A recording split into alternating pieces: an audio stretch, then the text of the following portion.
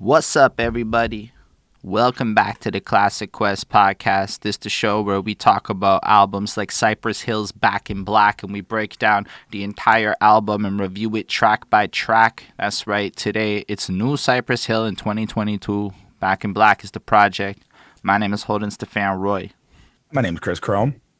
And I am related friend Bonnie. And yeah, today we are going to go through all 10 of the songs in this brand new Cypress Hill album, the Back in Black one, which is cool. I didn't know Cypress Hill was dropping music, and then I just saw it was coming out on Genius. Thanks, Genius, for your wonderful album section that talks about all the new albums coming. And it just seemed like, don't you just want to know what Cypress Hill sounds like in 2022? Like, don't you just have the curiosity, the burning desire in your soul to be like, is it nice? Is it like legend, just like kind of lazy? You know, there's so many directions a legendary group can do in 2022 when they drop. I was too curious to see where we was at with it. But how did y'all feel coming into this? What is your thoughts on Cypress Hill before this project? I don't have any expectations. I had like no real idea what to kind of expect just because I know Cypress Hill. I know what they do. I know their like whole brand and what they talk about. We reviewed them. Hold on. Do you? Do you really know their whole brand and what they talk about? Well, like they talk about like smoking weed and legalization and like where they're from and all that. Like it's kind of what they do. But the whole like, aren't you curious about what Cypress Hill is doing in 2022? No, I did not like have any of this on my radar until you went, this is Classic Quest on Sunday. And I was like, this is what I'm doing. So that's take that as me going into this project. That's fair. And how did you feel? I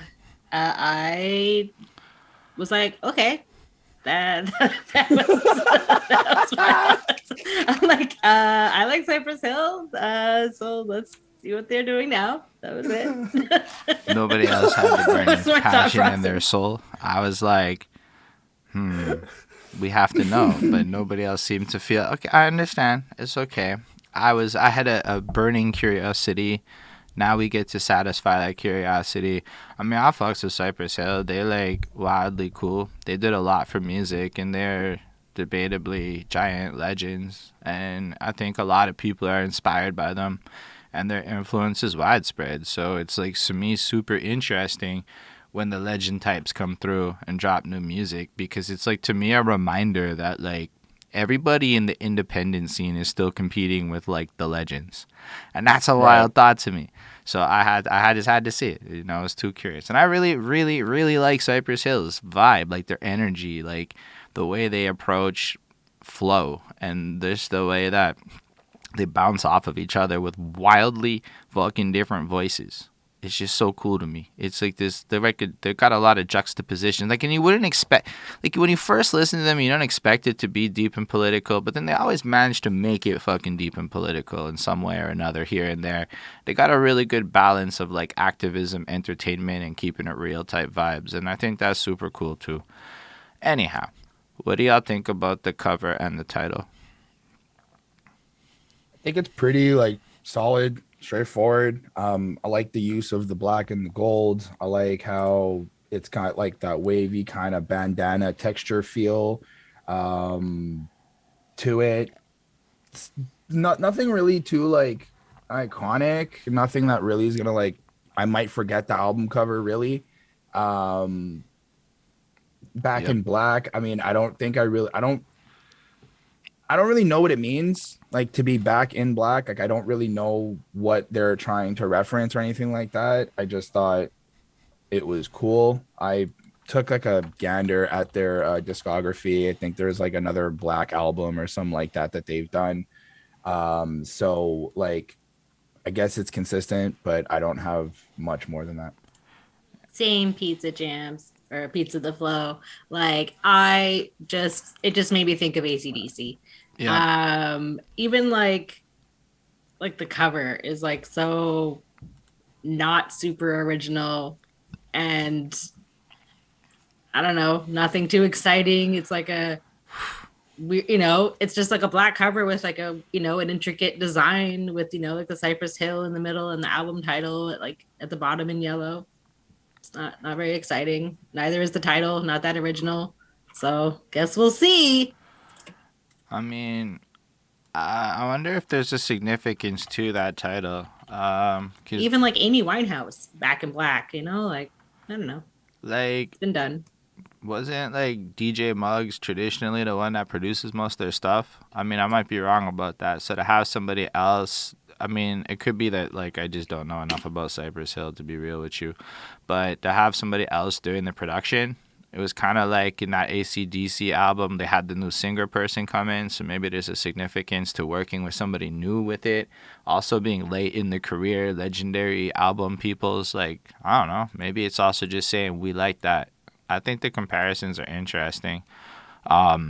I don't really care much for the cover because it's simple and I mean it does its job of identifying the cover. So when I looked at it next to the other covers, it helped me find it. But yeah, it looks like it would be really cool on merch. I feel like they did a good job of like selling merch with this cover more than anything else because I would cop that shirt. That's a fire shirt if you think about it, like just as a design and shit. I like the title though because of the AC/DC-ness, and I feel like there's some level of like legend to it. And what were you gonna say, Chris? Nah, you mentioned like that would be like a good shirt, and then for some reason I feel like I've seen I've seen that shirt before, but I'm probably just envisioning it, and it's not. I don't know. Yeah. Like I could see what you're saying for the shirt, and that's it. That's all I'm gonna say. On that note, we can go into the first track, Takeover. All right, what do y'all think about the first one? It sounds like very like classic Cypress Hilly, to start with. So I think that that's kind of cool. Like, it's just kind of like they're bringing it back for their fans. It's kind of what they're talking about and kind of like touching on, that they grew up in danger, that their life was almost destined to end up in jail or killed. But, they've obviously like done more than that. Lots of weed talk. So I think that that's kind of, that's like a heavy issue that's discussed on many of these songs. And how they are down for the culture and that they're supporting what they do and like, the life that they've always wanted. So I don't know. I don't really have too much more to say about this other than like this sounds like it could have been off of like, one of their albums from like the 90s or whatever. So yeah, it's cool. It's a good start. 4.3 on 5. I kind of felt like it was a little bit of a mild start. I respect the whole like old school feel. I respect like kind of them bringing in their flows and everything like that, and it had that nice energy to it. I just didn't really get into it. Chris is like, there were no triplet flows. There was no it's trap nothing to beats. do with that. It's really nothing to do with that because the rest of the project and as we go, I start to kind of like get it more into it. But it was just for some reason I was like, it just didn't.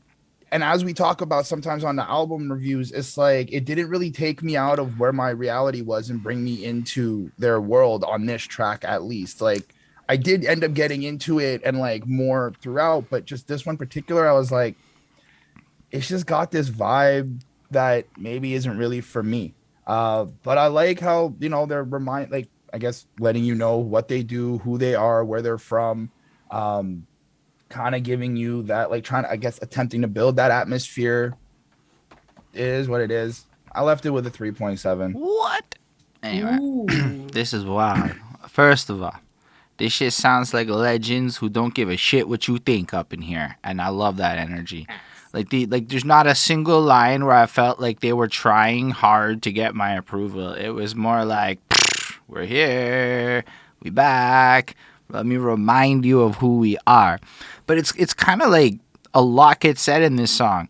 Like they talk about where they come from, the environments that they've been through. Then they talk about like the power they've accumulated through music. It's almost like this little snapshot of like back in the day we came from the hood and now we kind of taken over. We've always been about this. We've always been on this grind of like legalization. There's always been this sense of violence and shit. I've always, been Dr. Green Thumb. It's like I feel like it's like a recap. It's like the start of the Netflix series when you go on the last season of blah blah blah, and then it gives you like let me fill you in on where we left off for those of you that haven't been here, and it kind of has that vibe going on with it. The production's cool. I guess Back in Black is because of the black milk, so Back in Black, right? Like I get it now. And like it kind of just has that super car bouncy feel to it. Like maybe car bouncy music just doesn't hit as quick up here because I've never been in a bouncing car. But like you can just almost feel the and like the cars just banging and like everything. And I feel like that has to be part of it. Like I just never would experience the culture, and sometimes I just don't get into the West Coast stuff as much. But I've heard people break down what it will be like in the right environment. So I think about that a lot with the beats and the energies of it. And it's like, it's cool. Like I just feel like if it was summer, I would listen to this and vibe to it a little bit more than I am in my dreary, rainy ass, how the vibe has been lately vibes, So I think that also plays into it too. But the production's stellar. It's really like chopped up in a super nice like way to just create this groove. And then I love the back and forthness, like just two homies who have been doing this since time, just bouncing off each other on. They can almost picture the live show going on as they just telling you who they are and reintroducing you to Cypress Hill like you forgot maybe. And their flows are so like you got Be Real's more spastic, nasally voice, and then you got Send Dog's calm, controlled, I'm a boss energy, and collectively it just sells really well on the song. I get why they open with this. It's really that like previously on. It's my favorite song on the album. I don't know. But like to me it really did take me out of the regular shit and kind of bring me into this like, oh, we go into the car bounce line. Let's go. It's some LA shit or whatever. So it did kind of do that for me. But yeah, I give it like a 4.25 on 5. I feel like this whole album is for the fans. Like if you're not a fan, this shit's not for you, and they don't give a fuck. And I'm like, I respect that energy. Let's go. On that note, I guess we could move on to Open Your Mind. Yo, Chris, what do you think about this one? I felt like this one picked up a little bit more for me. The beat has that like cool chime in it that keeps me going. That do do do do do do do do do. Like the way they have that going. The beat was really cool. I like how they kind of flowed with that on the hook, which was really cool. This to me kind of felt more like a commentary on how like people smoke weed and get in trouble for it, and then the government selling weed as well. And they do lace in like various experiences that they've had selling jars and kind of making profit off of it and whatnot. But I like how Be Real kind of mentions like, if you need to get it right, come see me. Like, come get a piece of my stuff and I can help you with the proper type of things you need. Kind of making this commentary on like how, yeah, you can go to the government, but they're also trying to put you on like prescribed weed or like prescribed medication for certain problems or stuff like that. So I kind of like that. That was cool to me. The rest of it was really just like a solid hook, which was very catchy, which I think kind of stands out. And just it didn't really give me more than that. It was more like, these are some of your experiences that you've had with weed, how you've kind of turned it into a business, how you flip profit on it.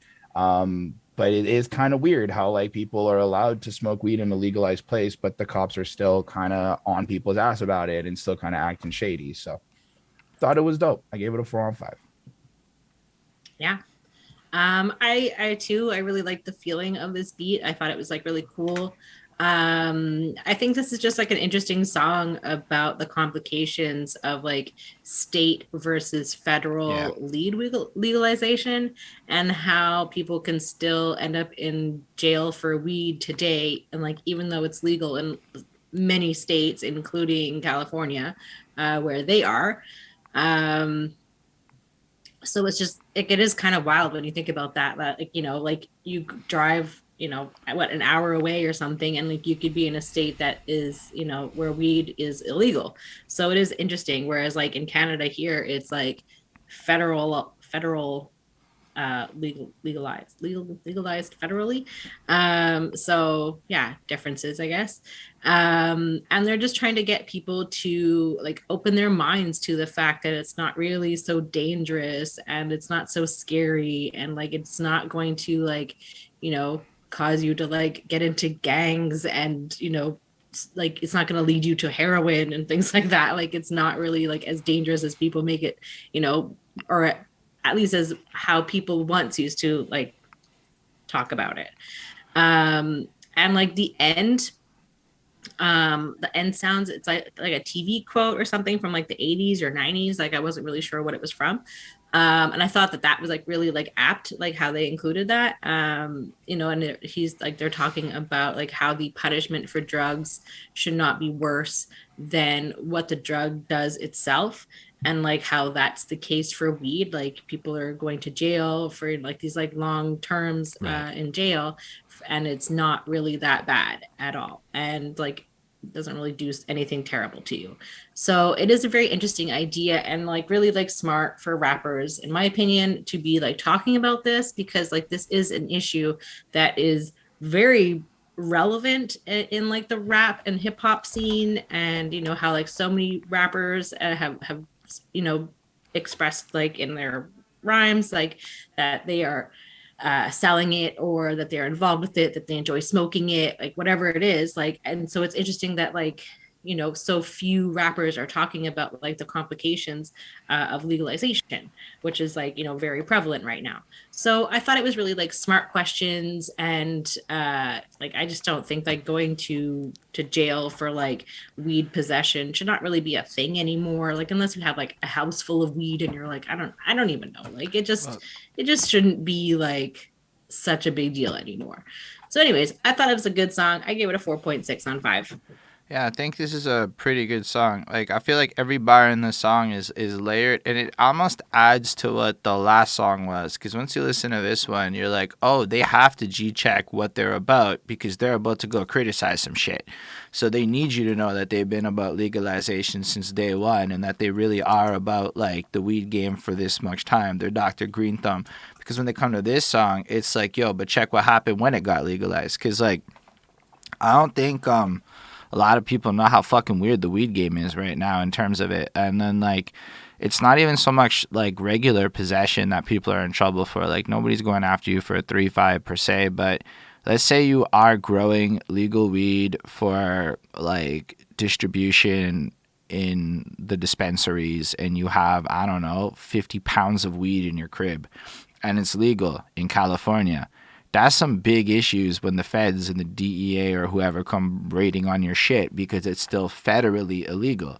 And so it's not like you're allowed to necessarily always do it. And then usually what happens is if you're part of like the big business crew with the special interest groups, and basically all the people that used to put people in jail for weed who now run the weed game over there, they can get away with some shit. But if you don't play ball, like, there technically are federal laws to fuck you up if the right people call in favors and shit. And there's some real things that happen in that like world.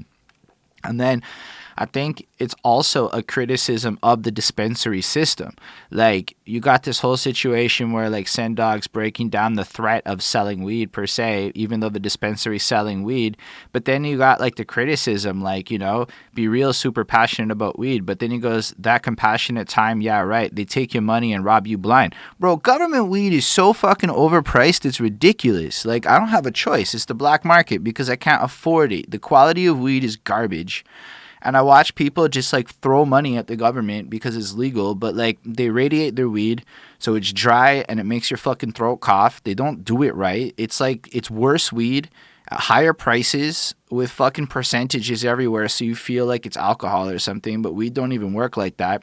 And it's just a bunch of fake shit. So it's like, I've walked into compassion clubs in other provinces, like in Toronto and whatever, and, bro, it's just, like, how can we get the most money out of the ignorant person? It's like, it's weird. Like, the most honest people you're going to find are your black market dealers. And that's the weird world of weed right now. So, like, I kind of appreciate that. Plus the double on for a peace of mind/mine. I thought that was nice. And then just overall, it's like at least there's a flex in how they can grow weed and sell it to the weed stores who are doing it. And that, like, in spite of the fact that there is this giant corporate interference, there are independent grinds. And it's almost like saying, stay true to yourself. There's a way to maneuver in this big weed game out here. And I'm like sitting there going, damn, I was just not expecting any of this. None of it. Because you're right. Like, so few people actually talk about the big weed game in a real sense. Probably because a lot of people making a lot of money to not talk about a lot of these issues and shit. So, like, you got to imagine how much money Snoop Dogg makes off of this fucking big weed game, right? Like, that guy's not going to go criticize it. He's going to be all for whoever's going to give him the check type thing. And I no disrespect to Snoop Dogg, get your money, but like from a socio-political view, it's going to be people who can not play in the system that will ever criticize it. Anyway, I thought it was a super cool song, and it's really catchy. Like, have you heard this? Have you seen the news? They legalized in California, but the feds still. I'm like, what? And you're gonna think about that. You're like stuck with like political messaging. The political messaging while it's a catchy hook, and I really respect that. Plus, it's got this kind of fuck the system, we gonna do it our way vibe. Like, there's a lot of things about this hook that make it pretty stellar. I'm gonna give it a 4.75. It's a really strong song, and it's got a message, and I feel like it creates almost a bit of a narrative of what they represent in this era, and it's super impressive. Plus, Black Milk did great on that beat, super awesome. And Zalmanel is absolutely correct. The government fucking is really bad at selling weed eco-friendly, like with the giant-ass government weed containers. On that note, let's talk about, I guess, Certified. How do y'all feel about Certified? I felt like this one didn't really feel like a Cypress Hill song, like in like the same sense as like the other ones did. That's just my opinion. I don't know if you guys thought so, but I don't know. So this one is just sort of like about like, you know, what's been happening in the world and what's been happening in their world.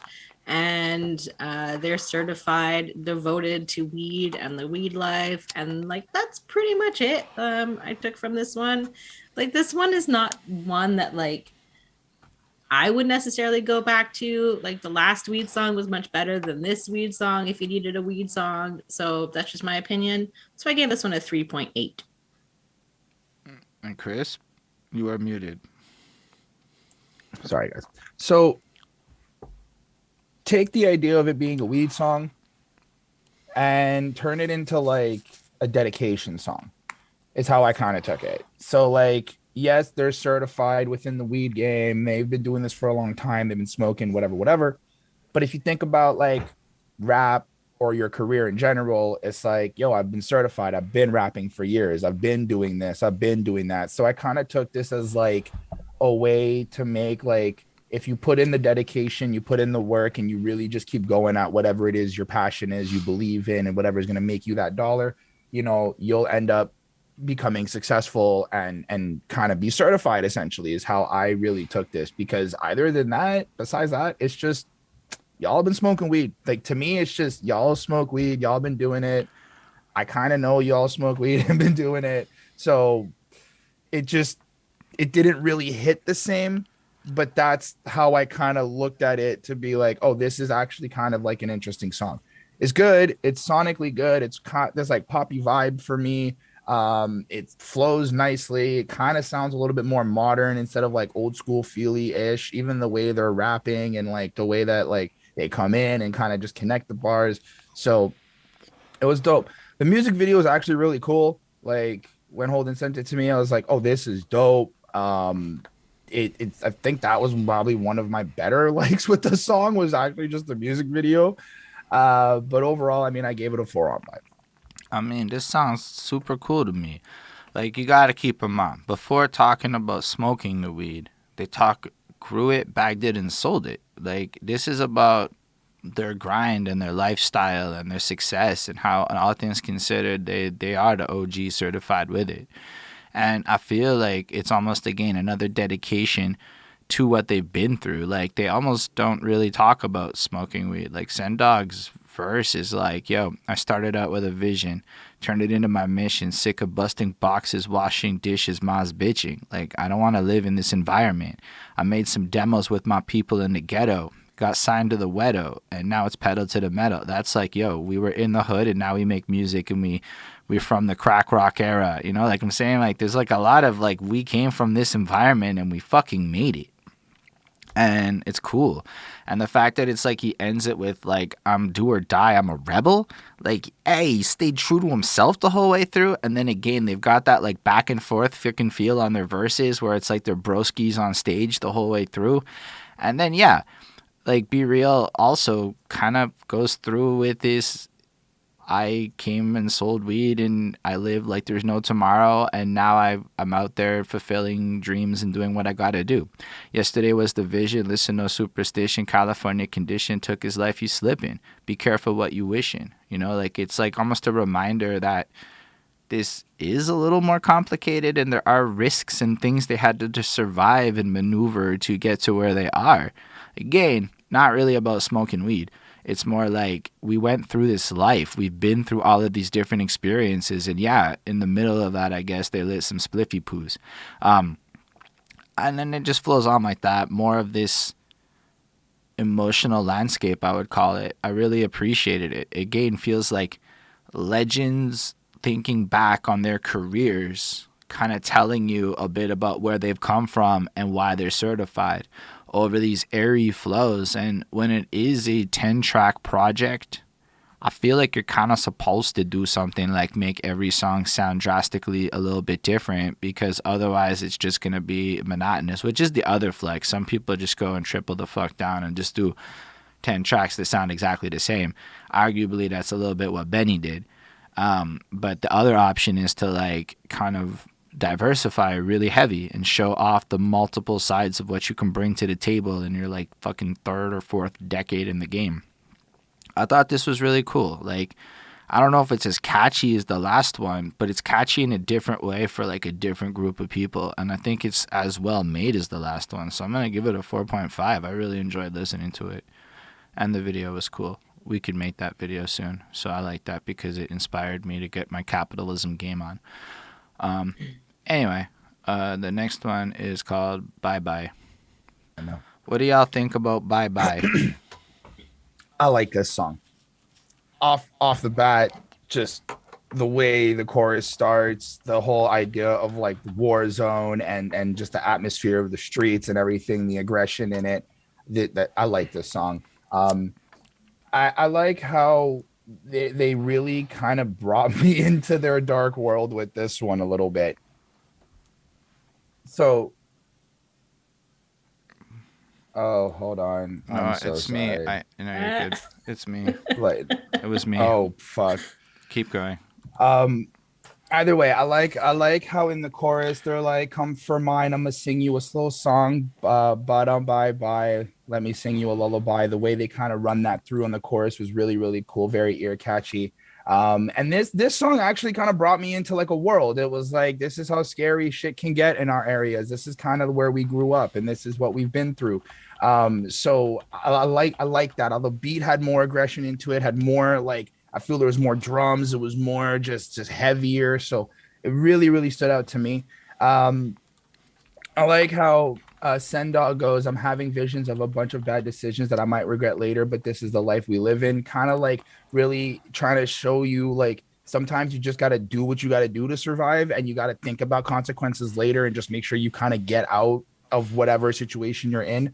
So I thought that was really kind of cool. But for me, Dizzy Wright took the whole show, like just the way he was rapping and talking at the same time. And he's really just kind of explaining like this atmosphere and this environment that he comes from, and how like he's really hurt and he's trying to be happy. He's trying to be nice, but people just keep bringing him down. And it's super hard. And I thought it was really cool. I was like, I haven't listened to Dizzy in a long time. This was really dope to get back into Dizzy and be like, I see you. I see where you're at now. So yeah, like I thought this was really, really solid. I gave it a 4.2 on 5. Yeah. So they're just kind of talking about that, the fact that they are survivors, that they will defend themselves, and like that it is dangerous, like where they're from. But like, they don't mind because that's just kind of like the life that they live.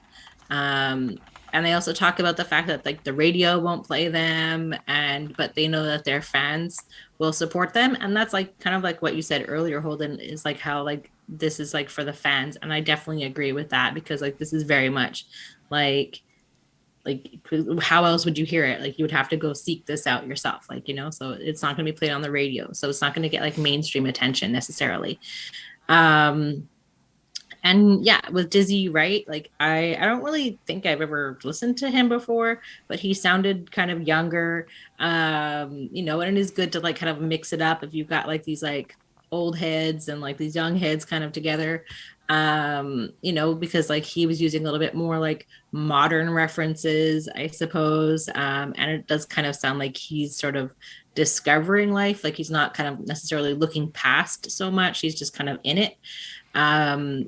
So I thought that that was kind of like interesting, that the cycle continues basically just in a different way. And Be Real is always entertaining. I just enjoy his voice. Yeah, it's not bad, and this one is just like a bit of like a harder beat sound, whatever. So I gave it a 4.25 on 5. I like this one because I feel like it follows up the energy of the last one, where like, yeah, this whole weed thing's what it is, but let's go back to like what it used to be like. And I just feel like there's a more sense of violence and aggression and like a need to survive and band together, because life is a little more complicated than you would imagine. So like just the chorus, I rode the streets of my hood just like a war zone. You died if you put your use in defending your home. If you hustle every day, hold on. Come for mine, I'ma sing you a slow song. So it's kind of back on that like almost gangster-esque feel. Like, don't forget, this is also what it is. So like we're talking about the weed or fun, but like there are other things that matter. And I also love this idea that like leveraging music and unity and community, you can kind of bypass the system, and it shows this like revolutionary spirit that comes from it. Sendog also is just, he's so hard. Like to me, Sendog is like just slapping the fuck out of it. Like every bar is just heavy hitting, and like he really, like I'm having visions of a bunch of bad decisions. Like you're sitting there just kind of in his memories, and it's like everything that's played out in his life, but also what's happening in the present. It's like you understand sometimes in this like cognizant sense that like as you're going through your life, you might even be doing the bad thing and will pay for it later, but you have to maneuver a certain way. And it's just really like super street centric in a way that like has him like, you can just again picture this old guy thinking back on his legacy and what it took to get to where he is today, and left with that open reminder, I'm still that guy. If you come for mine, I'll bring your life to a conclusion. And you're like, damn, I don't want to fuck with him. And then I feel like Dizzy kind of has a more like a lighter airiness to it, but almost like even though he tried to be positive, it's like there's still this environment that impacts you and forces you to, like, in a more psychological sense, have to maneuver in a way. And all he's trying to do is make money to get out of his mom's crib and shit. But his flow and his like emotional delivery in his voice as he laid down every line was just super cool to me. And I feel like it's a great like way to bring him in. And it added a good variety to this song from just like the sound of each of their voices. But like in a sense, it feels like a completely different experience than the other songs. But I think, again, that's the deliberate intention for the sounds of it. But also, shout out Black Milk, because this guy is delivering on that front. Every beat sounding like this fresh, unique experience where it could almost be like they shopped around and found a different producer for each song, but not, it's the same dude. Altogether, like the hook is really catchy again, and it's a really well-grounded, well-made, well-mixed everything song. This is solid as fuck. It's another 4.5 on 5. Really well done. And I feel like it kind of brings a narrative. Like at this point, like you're seeing like what they represent in this album. Like this is like who Cypress Hill is in 2022. I kind of like it. Like, and with the title Back in Black, it is a proclamation, right? So every song should be a proclamation about like who they are. And I think it's really living up to the title in that regard. The next one has a cool interpolation. So let's listen to Come With Me. So, I wonder if No. Snoop Dogg owning Death Row made the interpolation easier to pull off. I'm just wondering if that's related and all of us. Because, somebody owns the rights to Hail Mary, right? Like, so. Right. Anyway, and now I think it's Snoop Dogg, is my understanding. I might be wrong, but I didn't look deep. I just saw he owns Death Row now. I didn't care to look deeper. Anyway, Chris, how do you feel about this? This is a bop. To me, it's really cool. I like the interpolation of Hail Mary in it. I like how they just flow with it, and I feel like it's celebratory. I feel like they're just enjoying getting high and enjoying their success and kind of where they are. Like with the first verse with Be Real, blessed by the desire to create the fire, I must get you higher. You're required to enjoy. It's like they're kind of happy that they get to do what they do for a living and get paid for this and be in the realm of where they want to be. So that was cool. Sen Dog kind of gave me a little bit more of like, yo, this is where we started, this is where we're at, this is kind of how we did it, and we're just gonna enjoy it, and we're just gonna really just engulf ourselves in our own celebration. And I feel like that's really what the song was. I like how they got that back to back on the verses. I always enjoy when the rappers kind of go one after another and kind of just play around with the songs in that way. So that's always cool. Yeah, I mean, it's a slap. It's honestly a slap. I gave it a 4.2 on 5. Slappy McSlap slap. Slappy McSlap. Well, I really like the lighter and like the smoking sounds at the beginning. I always enjoy that kind of stuff. And so obviously this is another one about getting high, all about weed, and kind of like how like weed like inspires their creativity and just that they're enjoying life and like, like you just like they're just like friendly guys that are just like having a good time. And Sen Dog is talking about like legalizing it, like doing it properly, and like he just kind of wants things to be okay with weed, like in terms of like the laws and everything. And so it is interesting again to hear like more about like today's problems with like weed, which is very it's cool, I guess, like hearing all about that, like not that like the problems are cool, but just like it's nice to hear about like modern issues, I guess. I very much enjoyed that la da da da da da. I thought that was fun. Everybody loves a la da da da da that you can do that too, you do it with. So I don't know, I just thought this was a cool song. I liked it. It was good. I gave it a 4.3 on 5. Yeah, it's fun. I mean, the chorus is really just like, you can't help but like it because it brings you back in. And I feel like Cypress Hill is like, I mean, they were around back then. They can come in and do that, and it's cool. This feels like, in a sense, if we follow the story, we just went through some hard times, and now it's like, thank God there's weed, because ultimately, if it wasn't for the weed, we wouldn't have gotten through all this shit. And then it's almost like a love song to weed and shit. And then Be Real is just like geeking, like, man, got your CBDs over there and your THCs, and we got the this over there, we got the that. And I'm like, man, I've talked to enough weed people. I've seen you like that. You real passionate. And then he just ends it like, maybe it's just me, but I think you need some weed. And I'm like, I know that guy too. I've met a lot of those guys in my life. And then I feel like it's, in a sense, just like, we're just grateful that we're able to create money off of this. And if you think about, a lot of people probably financed their early music game off of selling weed. So there's a high correlation between moving that product and creating music, and like, smoking weed and making music, and just the overall effect it has on people. And then all of a sudden Be Real is like, if any of y'all question anything about it, I'll fuck you up.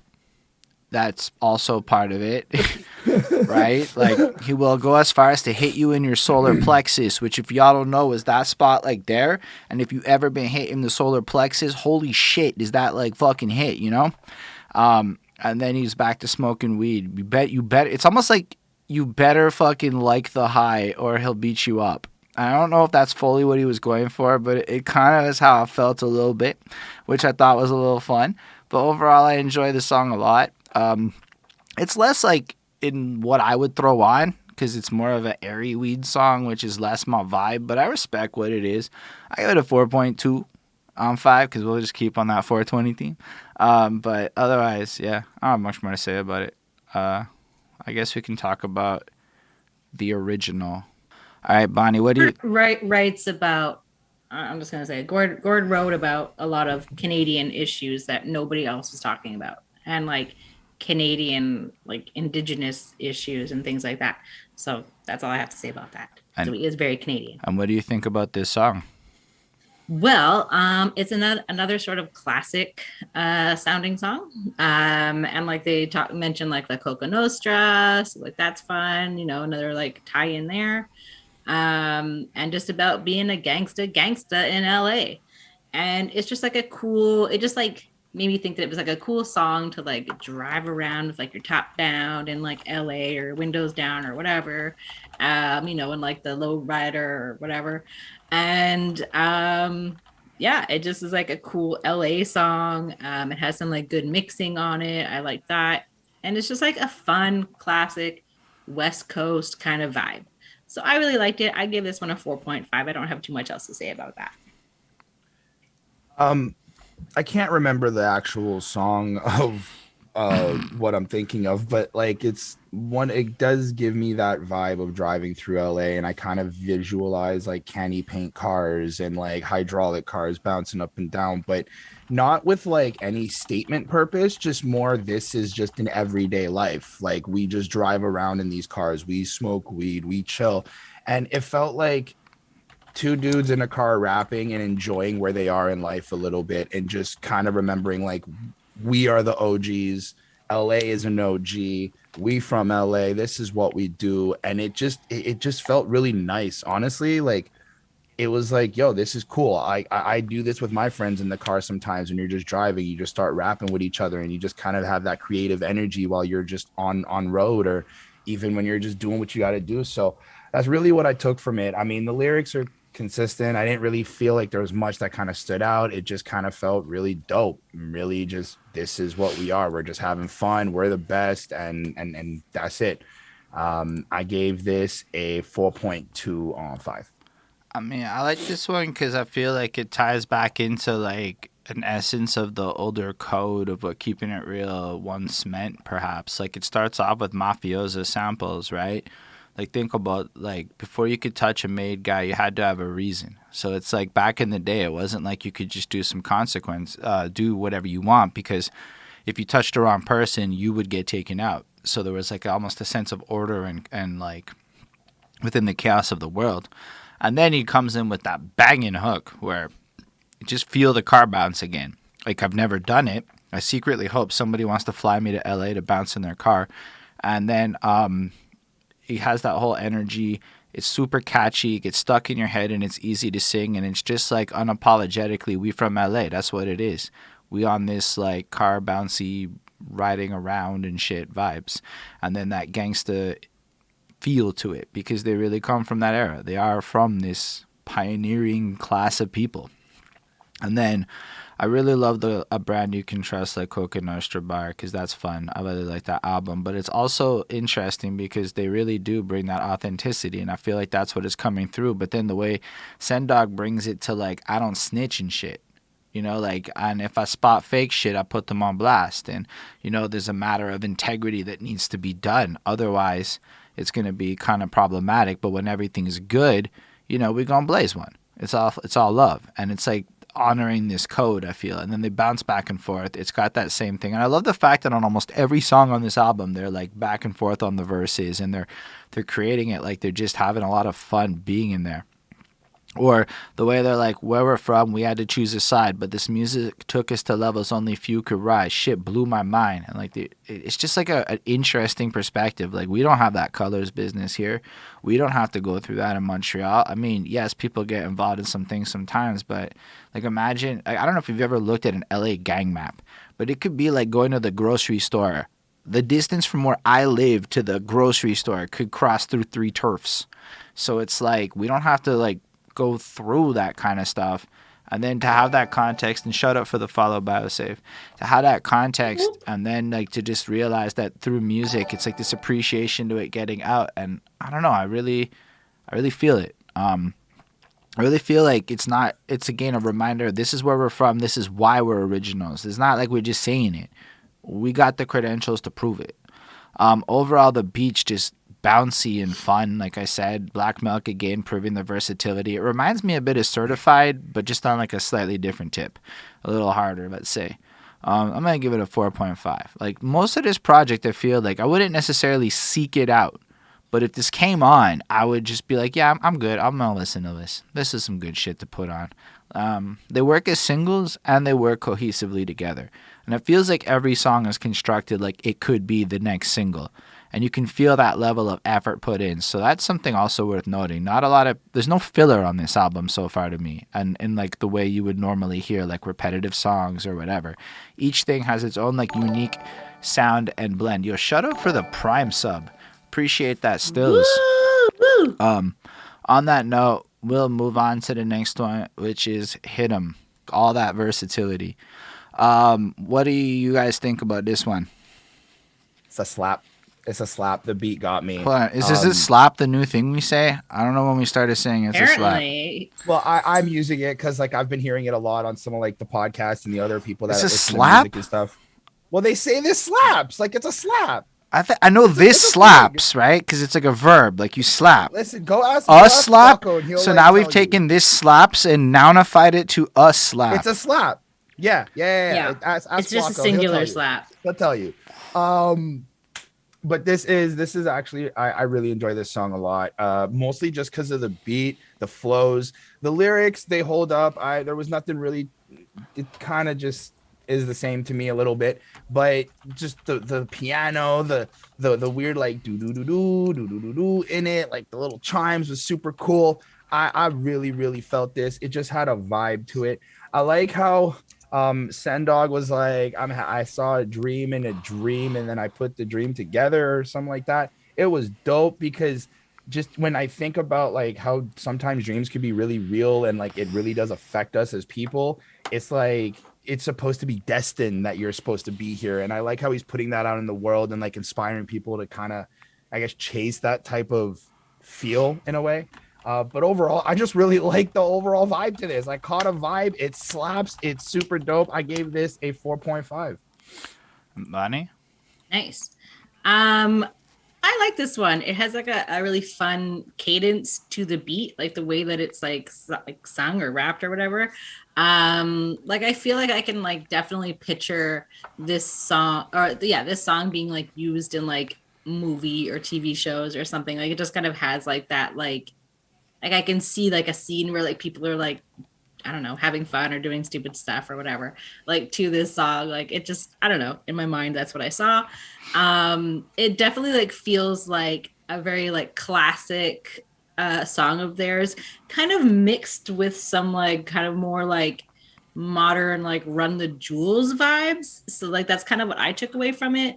But either way, like super cool. I definitely at this point was like Black Milk is like very great. And it's like a really fun song. It's nothing like outstanding like that, like in terms of like what they're like talking about or whatever else. It's just like an enjoyable song to listen to.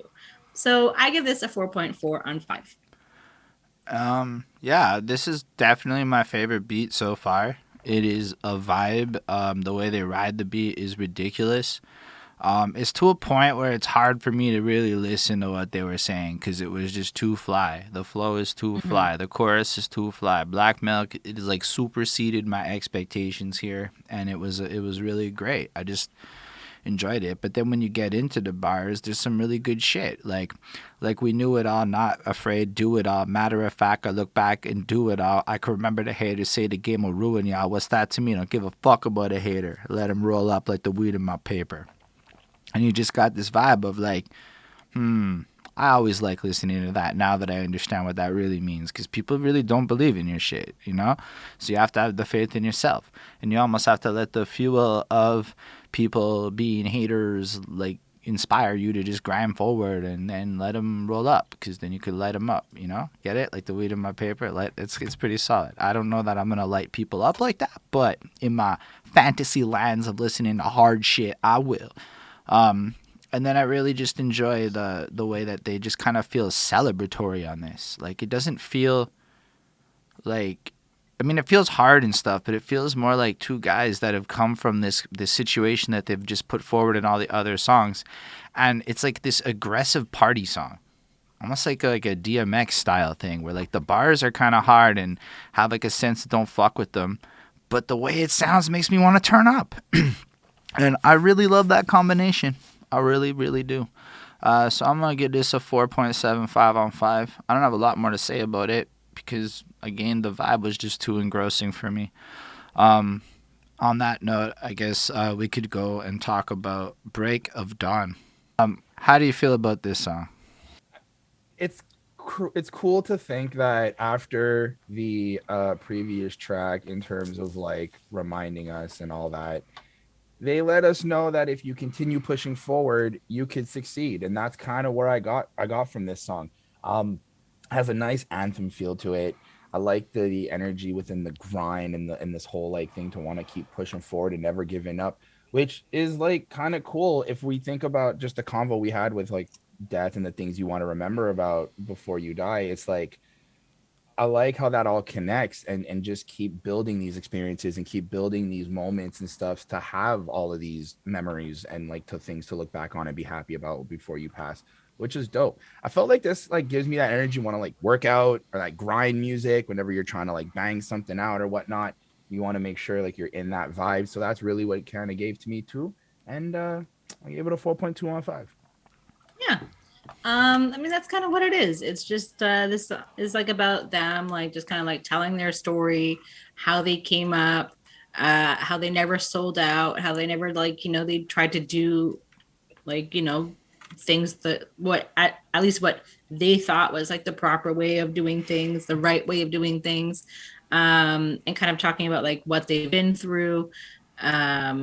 That they will never stop until the break of fucking dawn, like that's just kind of what it is. And it is sort of like that kind of very classic sounding kind of a song. So it's nice. I gave this one a 4.25 on 5. I really do enjoy the vibe of it. Again, it has that like reflecting on where they've come from and then realizing, yo, all things considered, look at our actual story and tell me it's not fucking greatness. We check all the boxes, We've kept it real. We've been at this for a very, very long time. I guess it's like 32 years now, They have reflected the hard circumstances and overcome them. They, just did it all. I don't know how else to put it or add to it. I feel like it was really blatant with it and celebratory in how their authenticity has pushed them. And then all in things considered, it turns into one of the greatest stories ever told. I don't know if it's the greatest one, but I suppose that everyone is going to be thinking their story is the best. But I really think it is an incredible testament, and they're definitely slept on when people talk about the most influential or the most greatest, or you don't hear enough people giving them the love. So there almost is a need to like show up and just state it. This whole project is like almost because a lot of people go on Twitter and shit and do like rants about how they're like slept on. Cypress Hill wrote an album about how they're slept on and actually made it dope. So that's kind of cool if you think about it in the meta conversation of how corny a lot of the OGs can be when they're on social media, unfortunately. I also really, really like I Fall for Subtle, Yama trying to bumble, because it's like, in a sense, the way the subtleties of dating apps create a manipulation and interpersonal connections or something. I don't know, but I just thought it was funny that he put a dating app reference like Bumble into the middle of the song, making it pretty modern, all things considered. But it's another good song. The beat is less memorable to me. I had a little bit more trouble getting into the sound of it, but I appreciate what it is. So it's like a 4.25 for me. And as for why the break of fucking dawn, because then you're already in the new day. That's why you don't really stop. You just push through, and now you don't really stop. You keep going. Anyway, the next one is called Champion Sound. How do you feel about Champion Sound? I like it. I like the interpolation in the chorus of who's the champions, we the champions. The way they have that, like I don't know where what island or whatever it's from. I just think it's from that voice, that tone is from the islands. I really enjoy that. I think it's really, really dope. It kind of gave me this, like, again, more anthem feel, more like happy to be where we are. Legends reminding us who legends are, and a little bit kind of felt like they're reminding themselves, like in a positive way, not like they stopped thinking that, but more like we are legends. Like, let's just take a moment again to like celebrate this, and we are the champions. We have done this. And, you know, it also fits with me being Canadian with our like we are the champions song. So that was also kind of cool a little bit. Just the way that why did you say we are the champions? We are the champions. How did you get to a Canadian? Champions. How is that Canadian? It's literally the who are the champions? We are the champions. It's literally like the same shit. I don't know how this is. Wait, like the hockey team, the Queen our song? Hockey team. Are you talking about the Queen song? How is British? It's the Queen song, but it's our hockey team song for the Habs, and I'm Canadian. The Habs are Canadian. That's how it works. That's ADHD not how anything works in life. None of that works. That's not real life. You just made shit up. Either way, I use my own shampoo. It's Dove. It's the Dove anti-dandruff shampoo. Let's move on. I don't use that. It's dope. I like it. I left it with a 4.2. I ain't got anything else to say about this. Yeah, because Chris is like, oh no, they called me on it. I'm out. I'm done. Move on.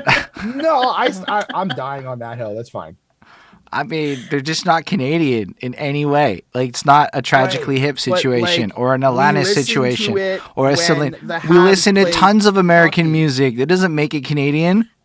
But literally, Queen's British. Like Queen's British. We play with the Habs, play fucking hockey. It doesn't make it Canadian. Fair enough. Fair enough. I fucked up on that. But like, the hockey team is Canadian, and that's like a thing that I associate with Canadians because we say that when the hockey team fucking plays. So you associate it with Montreal Canadian culture, like the hockey team culture. Yes. Understood. All right, let's move on. Okay. All right. Anywho, so I thought this was like an interesting beat choice, like in just like the backup vocals or like the it sounds like Enya or something like that vibe. It's definitely felt like a little bit different from like some of the other songs, but you know, they can do what they want. Like it feels very much like a boost yourself up kind of vibe. Like, you know, it is like that it has that like champion sound, but it's also not necessarily my favorite sound on this album. Even though it has the most plays on Spotify, it has like 1 million something versus like all the other ones that only had like, you know, 5 digits. So I thought that was interesting. It's because it's on the RBI Baseball 21 game. It's got a sync deal for a video game. That's a thing. Okay. Sure. So I gave it a 4.1 on 5. I felt like it was good. It had good energy, but it wasn't my favorite. I like this one a lot. This one is a cool vibe because, again, like we're deep in a project, right? So the fact that, again, we're coming almost like from an Islands-inspired sound where it's just a whole different wave. And like that chorus is just so strong. Like, who's the champion? We the champion. I the champion. Like, that's just champion shit. You just want to say that shit because you're a champion. And if you're not a champion, maybe you don't want to say that shit because it feels weird. But when you feel like a champion, it's a good vibe. I already like the hook a lot. And the beat. And it makes me want to dance. And it's like all kinds of things in its favor.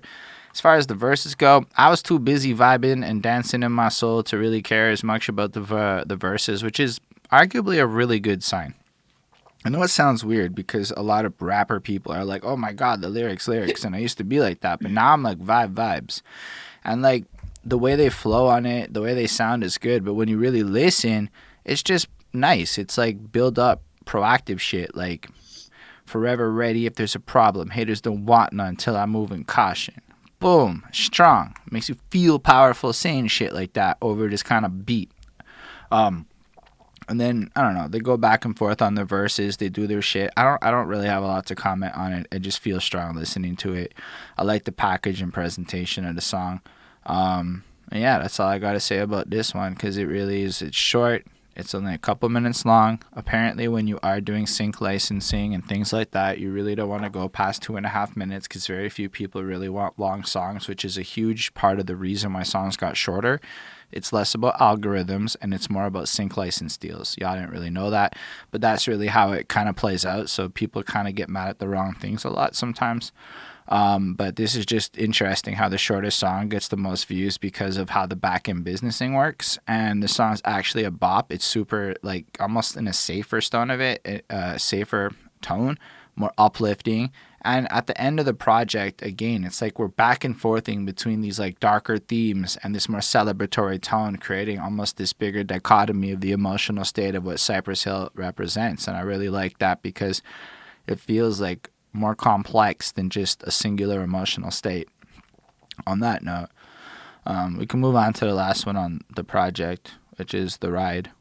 So yeah, what do you think about the last track on the project?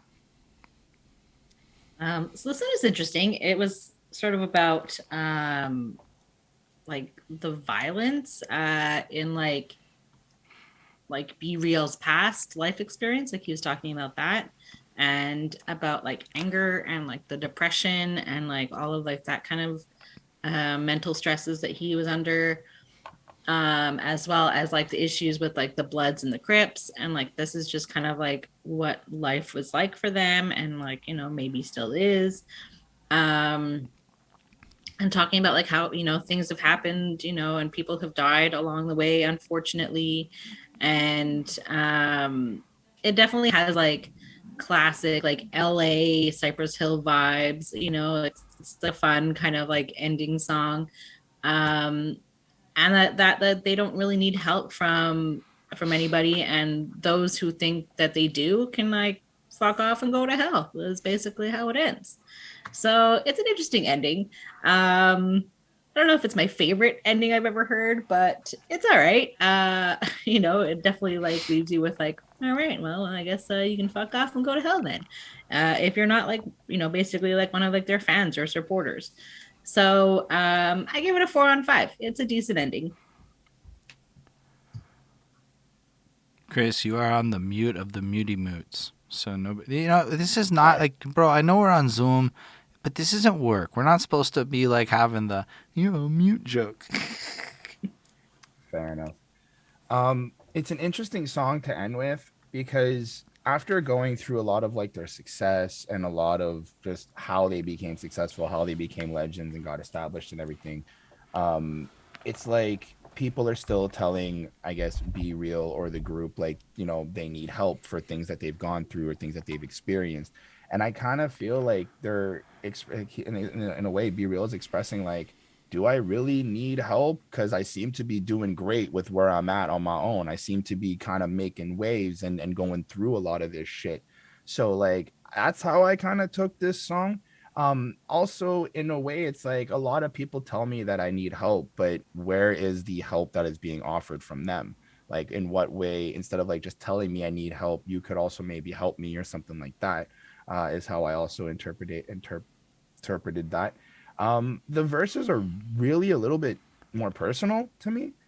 Just the way I took it, I was like, this seems a little bit more like what you've gone through and just things that you're dealing with, I guess, in and out each day or whatnot.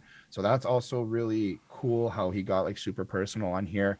And I think it's just a really interesting way to end the album. Like, just after everything, there's still like this kind of pain and this kind of like overwhelming feeling of just darkness that kind of still carries through even after this whole journey and this whole ride that they've been on to the top and stuff. So that was really interesting to me. I like it. I thought it was dope. I gave it a 4.2 on 5. Yeah, I think it's Nice. it's an interesting choice to end the album. Like, I'm not even sure what vibe I'm supposed to be leaving on. Like, I feel like I got twirled up in a thing, and then they just launched me out on this track. And I'm like, I guess. But the song is really interesting, right? Like, in the first verse, you can hear, like, the consequences of the gang life and shit. A mother cries, a father's gone, etc. Then in the second verse, it's like, the consequences of all of this, right? So you live through this whole fast-paced life, and then you have to, like, live through the trauma of that experience and just kind of articulating the complications that go with it. Be Real here does that, like, I would call it like one of those classic, like when Be Real shows up and does that flow, it sounds like what you expect Be Real to sound like when he shows up and does that flow. And he just kind of delivers it the whole track. That slick, constant delivery. Send Dog's not on this one, so it was kind of noticeable at the end. It just kind of feels like a bit of a cool way to kind of like end it on that solo tip, but an interesting choice considering how the rest of the album was both of them. But then you just kind of listen to the message of it, and it's like, at the end of the day, it's like, look, we went through this. We had to deal with the consequences of going through this.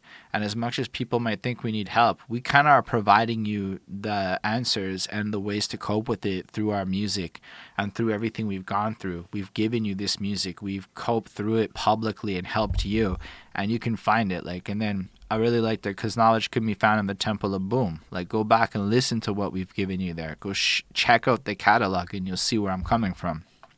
Overall, I thought it was a cool way to end it on that like legacy tip that has been coming through the whole album of just reflecting and letting you know what the fuck Cypress Hill really is. I'm gonna give it a 4.25 though. I know the chat was kind of like vibing this one more. I vibed a little less to this one than the other ones, but I really still appreciate it. The production is still excellent and everything. It's just more of a preference thing. But what do y'all think about the album as a whole?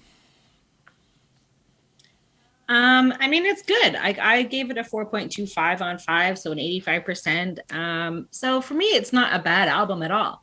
And you know, the fact that it's like, you know, only like about 33 minutes or something like that. Like, it's a very short album. So you know, if you want to kind of have a little bit of like nostalgic throwback mixed in with a little bit of like modern issues, like this is like a cool album to go back to. Like, I wouldn't say it's like the greatest album like of theirs of all time of anything, but like it's nice. I feel like this is definitely made for their fans, because like I don't really think that like this isn't like the whole album I wouldn't go back to, but there are, you know, maybe 2 or 3 songs that I definitely would like listen to regularly.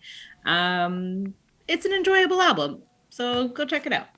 Yeah, I appreciate it. I feel like they just decided to show the full range of what Cypress Hill brings to the table on this project. Every song feels unique and different.